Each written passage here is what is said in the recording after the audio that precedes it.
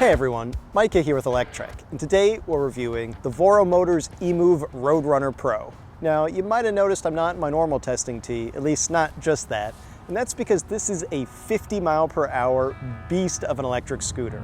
And so, safety first. All right, now come along with us while we check it out. This is the RoadRunner Pro, an update to the original Voro Motors eMove RoadRunner. It still looks pretty small, but that's deceptive. Under the hood, so to speak, this electric scooter is packing some serious power. Both of the wheels hide 2,000 watt hub motors, meaning you've got 4 kilowatts of power at your disposal. And in those 14-inch tires on split rim wheels, the torque is incredible, enough to easily spin both tires on takeoff.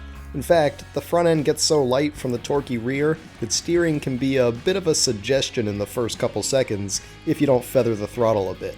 Those two motors make this an all-wheel drive beast of an electric scooter. They can get the RoadRunner Pro up to 50 miles an hour, or at least that's what they say. I got it up to the mid-40s several times, but I would often nope out before hitting the big 5-0, even though the scooter kept encouraging me on as if it really wanted to keep going. It felt pretty safe, but I'm also not sure where the legality of this thing lies, and I felt like flying around at 50 miles an hour was a sure way to draw unwanted attention. And I kinda like my driver's license where it is in my wallet.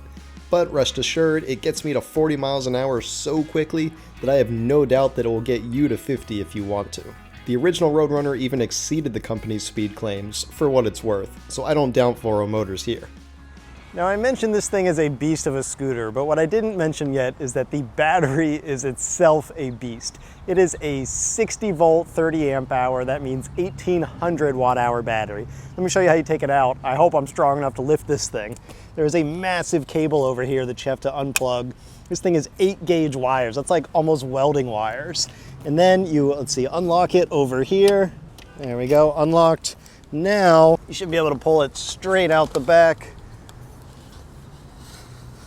Oh lordy, look at this thing. Whew, that's a big battery.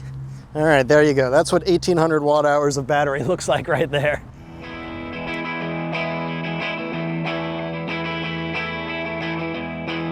There's more here than just a huge battery and a pair of equally huge motors. There are also a number of refinements. We've got new, higher quality hydraulic disc brakes, a better seat for a nicer squat, real rear suspension for a safer and more comfortable ride at high speeds, and in fact the front and rear suspension are actually quite good here. These are not novelty parts that are just there to check a box. The one part that does feel a bit like a novelty is the turn signal, which is a centerline animation instead of conventional blinkers on either side. I have no faith in a driver correctly interpreting this, so I stuck to hand signals myself.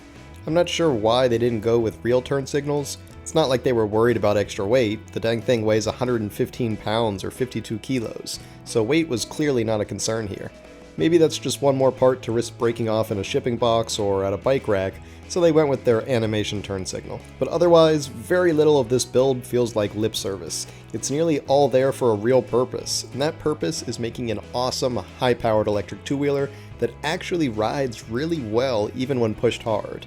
And at a price of $2,895, it feels quite fairly priced. A 50 mile an hour scooter with a huge battery that claims 50 miles of range, that's not going to be a cheap ride.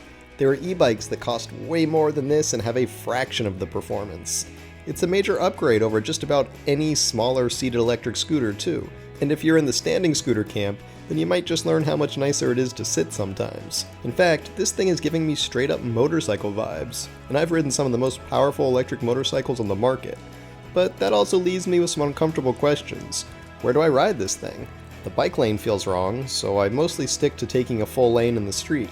But when traffic backs up, slipping back into the bike lane at slower speeds still feels kinda kosher since it's technically a scooter after all. Though, is it a scooter, or is it a light electric motorcycle? Where do we even draw the line anymore? If you straddle it and it has foot pegs and oh yeah, if it goes 50 miles an hour, then it starts to feel like light motorcycle territory to me. But since I can't register it as a motorcycle, well, what is it and how do I treat it? The overpowered electric scooter industry is still so young that a lot of these uncomfortable questions simply don't have answers yet. Like many new industries, the tech is outrunning the regulations, and we're left to decide where we fall in between the lines.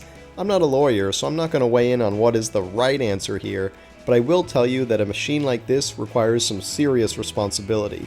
It's fun as hell, but it has to be taken seriously too. If you can manage that, you're in for an awesome time.